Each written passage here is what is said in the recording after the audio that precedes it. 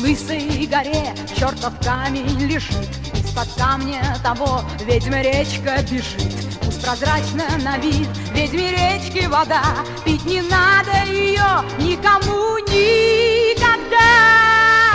В жару и в стужу жгучую, чтоб не было беды, не пей ни в коем случае ты ведьминой воды.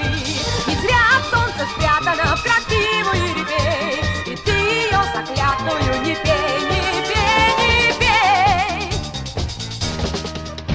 Цветам не поют, не растут тростники, лишь козлы по весне пьют из ведьмы реки. Прибегают козлы на ее берега, чтоб быстрее у козлов отрастали рога. В жару и стужу жгучую, чтоб не было беды, не пей ни в коем случае ты ведьминой воды.